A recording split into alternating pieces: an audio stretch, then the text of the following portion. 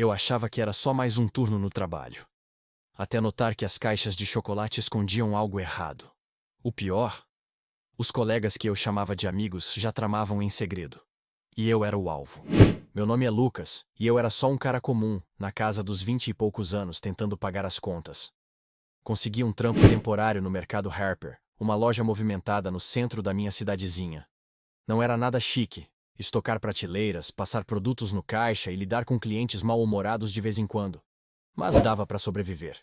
Era época de festas, e a loja era um caos de luzes de Natal, enfeites e compradores atrás de promoções de última hora.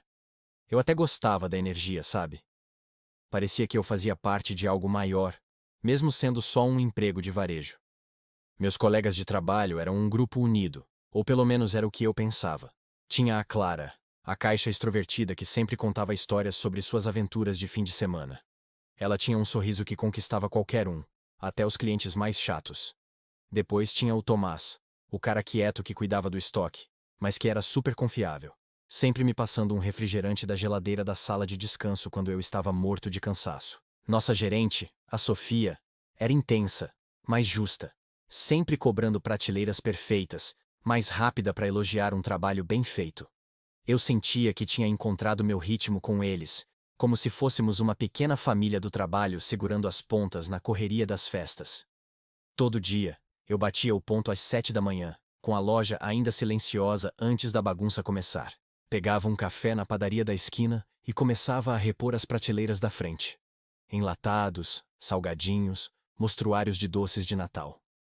A rotina era reconfortante. A Clara ficava no caixa, cantarolando as músicas natalinas bregas que tocavam no sistema de som, enquanto o Tomás trazia caixas do estoque. A Sofia aparecia para checar o inventário, sempre com a prancheta na mão. Era previsível, seguro. Eu batia papo com a Clara sobre o último encontro dela, ou fazia piada com o Tomás sobre como a gente merecia um aumento por sobreviver aos clientes de fim de ano. Tudo parecia normal. A loja em si era um pedaço da vida da cidade. Os clientes fixos apareciam todo dia. A dona Alzira, que sempre comprava o mesmo chá, ou o João, que ficava enrolando na seção de revistas, fingindo ler, mas claramente só matando tempo. Eu gostava dessa familiaridade. O mercado Harper não era só um emprego. Era um ponto de encontro, onde as pessoas se cruzavam. Eu via famílias estocando comida para o Natal, crianças implorando por doces, e pensava: tá de boa, tô bem aqui. Mal sabia eu o quanto estava enganado. Uma coisa que eu curtia eram os momentos de camaradagem. Tipo quando eu e a Clara apostávamos quem repunha uma prateleira mais rápido. Ou quando o Tomás finalmente dava um sorriso depois que eu contava uma piada ruim sobre feijão enlatado. A Sofia revirava os olhos, mas ria, mandando a gente se concentrar. Esses momentos tornavam os turnos longos suportáveis. Eu confiava nessas pessoas. A Clara, com seu riso contagiante, o Tomás com sua confiabilidade quieta, a Sofia com sua liderança firme. Eles eram meu time, minha galera. Nunca imaginei que teria que questionar isso. A temporada de festas significava horas longas, mas também grana extra que eu precisava. Estava juntando dinheiro para sair da casa dos meus pais, quem sabe até fazer uns cursos na faculdade comunitária. O trampo era temporário, só até o fim do ano, mas eu tinha a esperança de que me efetivassem. A Sofia vivia dizendo que eu estava mandando bem, e a Clara brincava que eu era o colega favorito dela. Era bom me sentir valorizado. Não fazia ideia de que, por trás disso tudo, algo estava fermentando. Algo que ia destruir aquele mundinho confortável que eu tinha criado na minha cabeça. Olhando para trás, eu deveria ter notado as rachaduras, o jeito como o sorriso da Clara às vezes não chegava aos olhos, ou como o Tomás ficava estranhamente quieto quando certos entregadores apareciam. Até as checagens de prancheta da Sofia pareciam intensas demais às vezes, como se ela estivesse procurando algo específico. Mas eu estava muito preso na rotina, muito confiante. Achava que conhecia essas pessoas. Achava que conhecia a loja. Achava que estava seguro. Essa é a coisa com a confiança. Ela te cega para a verdade até que seja tarde demais. Lembro de uma manhã específica, logo antes de tudo desmoronar. Era meados de dezembro, a loja toda enfeitada com luzes piscantes e neve falsa.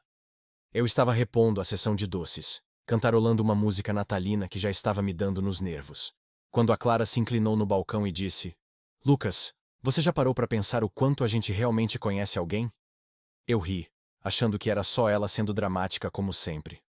Não percebi que ela estava dando uma dica, um aviso que eu era ingênuo demais para captar. Esse momento ficou na minha memória como uma foto do calmaria antes da tempestade. As coisas no mercado Harper começaram a parecer estranhas, mas eu não conseguia identificar exatamente o que. Era como ouvir um zumbido baixo no carro, sem saber de onde vem. A correria das festas continuava a todo vapor. E eu ainda estava lá, repondo prateleiras, zoando com a Clara e desviando da prancheta da Sofia. Mas algo estava diferente. As histórias da Clara sobre o fim de semana começaram a ficar vagas, como se ela estivesse escondendo detalhes. Ela ria, mas parecia forçado, e mudava de assunto toda vez que eu perguntava sobre os planos dela. O Tomás também estava esquisito.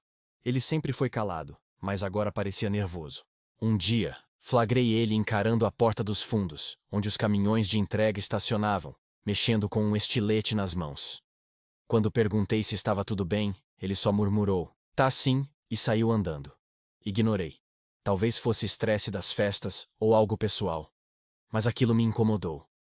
Por que ele estava tão tenso? E por que ficava checando o celular escondido? Depois, tinha as coisas na loja mesmo. Comecei a notar discrepâncias no estoque. Uma caixa de chocolates caros aparecia como entregue, mas a prateleira estava meio vazia. Uma vez, juro que vi um cliente esconder uma garrafa de vinho no casaco, mas quando contei para Sofia, ela só deu de ombros e disse: "Deve ser engano." Engano? Não colava. O mercado Harper tinha câmeras por todo lado, e a Sofia normalmente era uma águia com furtos. Por que ela estava deixando passar? Uma tarde, eu estava organizando a sessão de salgadinhos quando ouvi a Clara sussurrando no celular. Ela estava escondida atrás do caixa, achando que eu não escutava. Tá marcado para hoje à noite, ela disse com a voz baixa. Não, ele não desconfia de nada. Congelei, com a mão parada em cima de um pacote de batata. De quem ela estava falando? De mim? De outra pessoa? Quis perguntar, mas ela desligou e me deu aquele sorriso de sempre, como se nada tivesse acontecido. Meu estômago embrulhou, mas me convenci de que estava sendo paranoico. As dúvidas só aumentavam. Uma noite depois do expediente, vi o Tomás rondando a entrada de entregas com um cara que eu não conhecia. O cara era todo arrumadinho, sapato brilhando, sorriso falso, falando no celular como se fosse dono do lugar. Eles trocaram um aperto de mão rápido, e juro que vi o Tomás passar algo para ele, tipo um papel enrolado. Quando perguntei pro Tomás depois, ele disse que era só um entregador deixando um estoque extra. Mas o registro de entregas não mostrava nenhuma entrega atrasada naquela noite. A Sofia também não estava ajudando a acalmar meus nervos. Ela começou a checar meu trabalho com mais atenção, o que não era típico dela.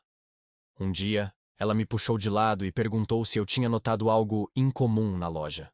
O tom era casual, mas os olhos dela eram afiados, como se estivesse me testando.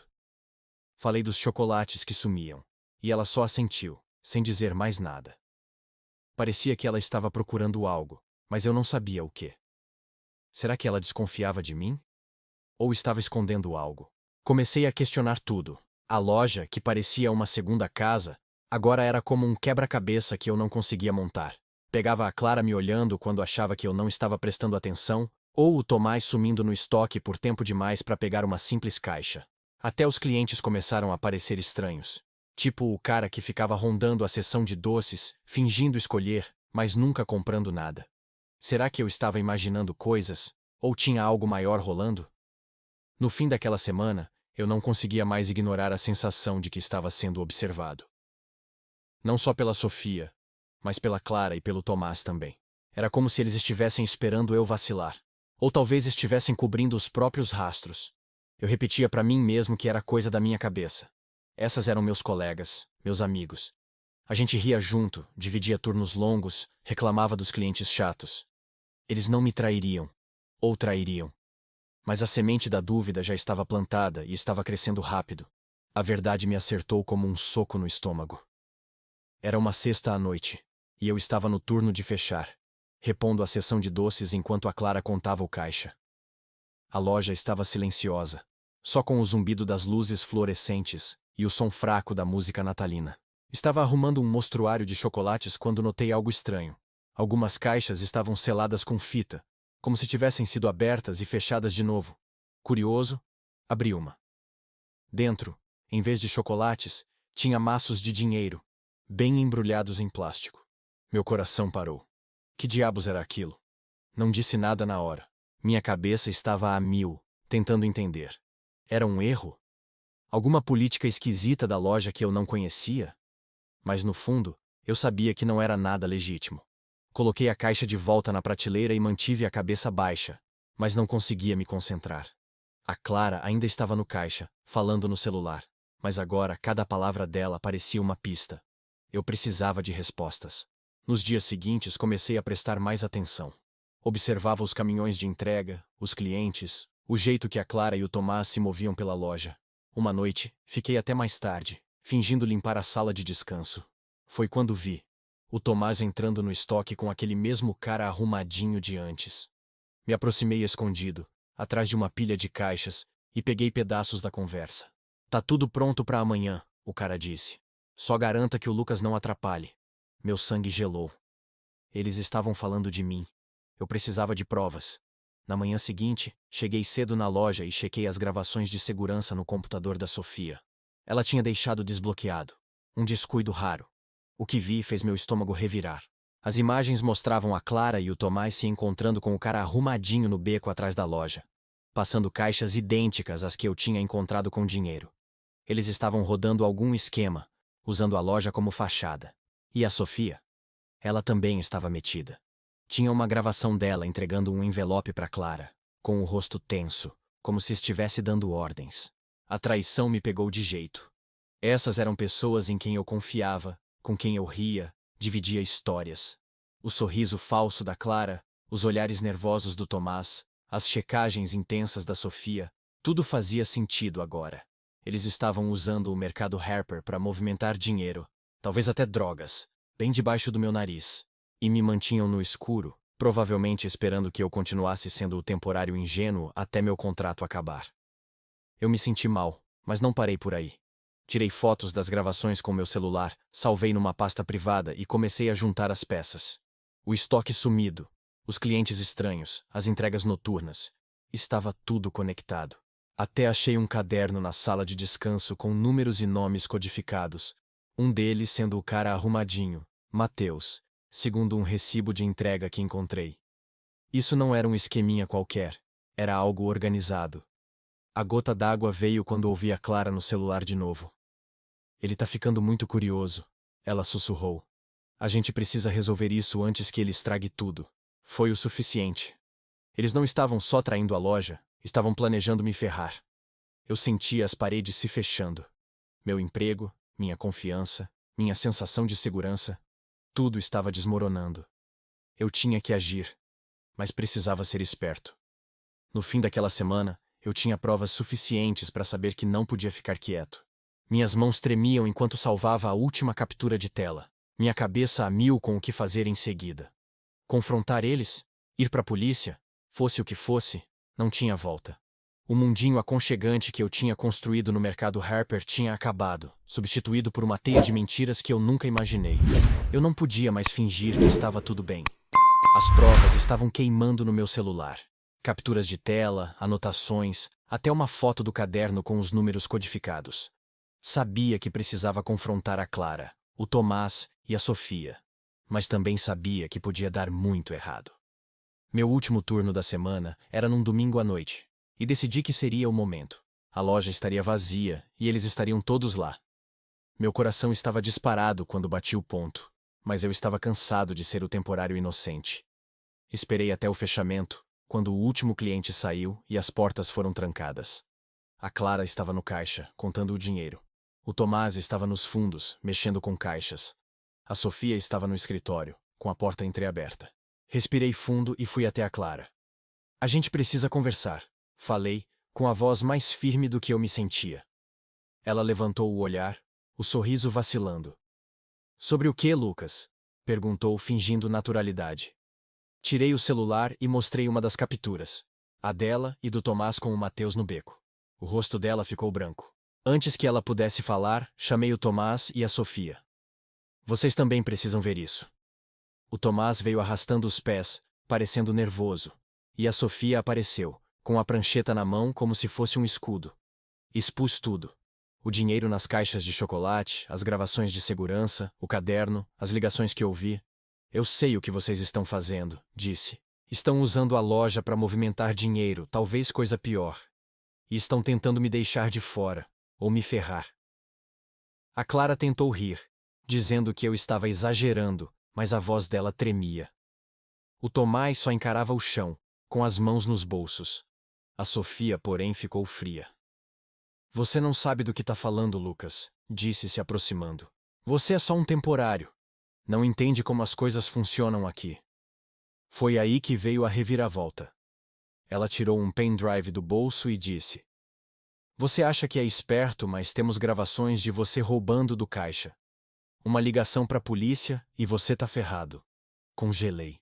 Gravações de mim roubando? Impossível. Eu nunca peguei um centavo. Mas aí caiu a ficha.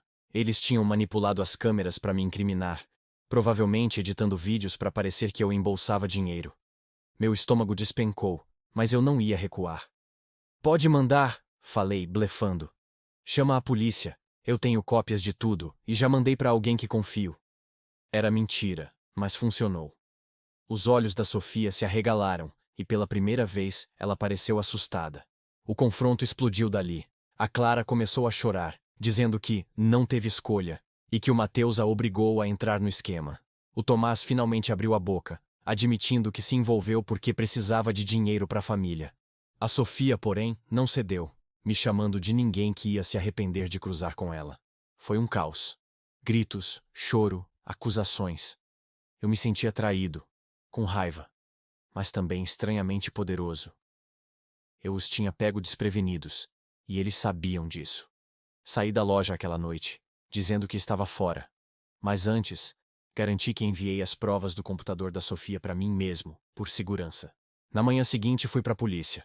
Entreguei tudo. Capturas de tela, fotos, até o caderno que peguei da sala de descanso. Os policiais foram céticos no começo, mas quando viram as gravações, começaram a fazer perguntas.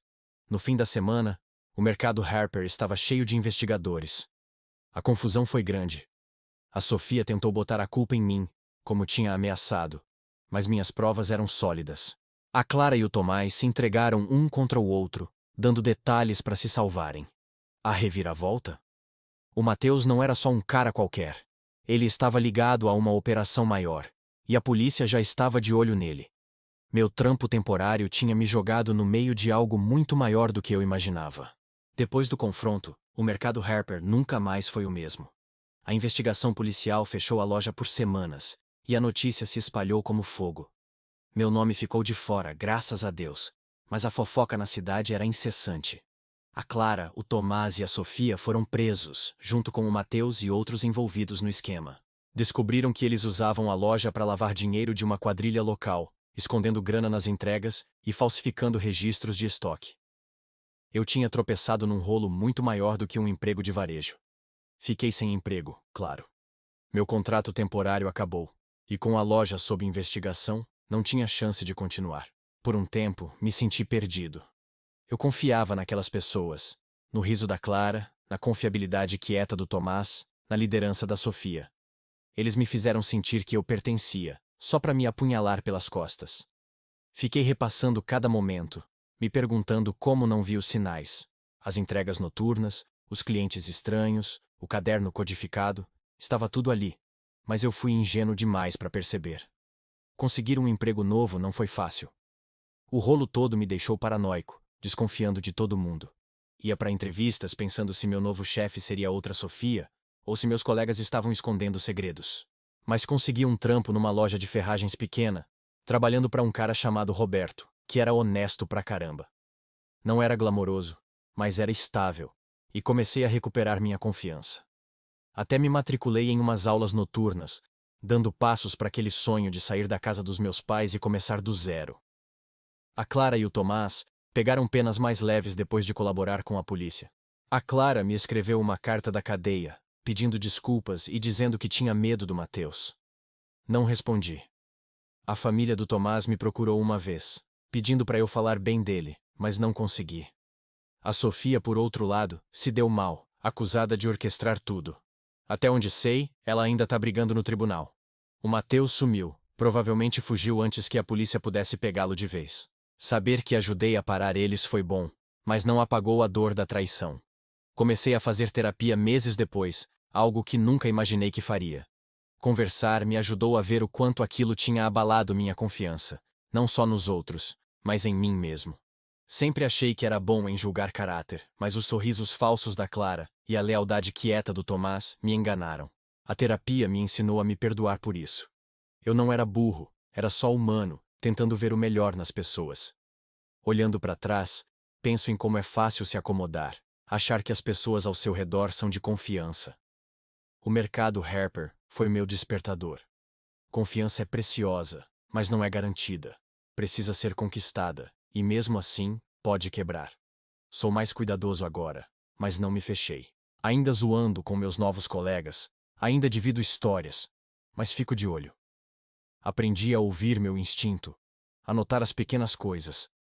Um olhar que demora demais, ou uma história que não bate. A maior lição, porém, foi sobre resiliência. Eu poderia ter deixado isso me quebrar, me tornar amargo, mas não deixei. Me levantei, achei um novo caminho e segui em frente. É isso que guardo agora. Saber que posso enfrentar uma traição, confrontar ela e sair mais forte. A vida é bagunçada e as pessoas podem te decepcionar, mas você não precisa deixar isso te definir. Às vezes, passo de carro pelo mercado Harper. A loja reabriu, com nova gerência, mas nunca entrei de novo. Não preciso. Esse capítulo acabou, e estou escrevendo um novo. Confie com cuidado, mas não pare de confiar. É isso que te faz seguir em frente.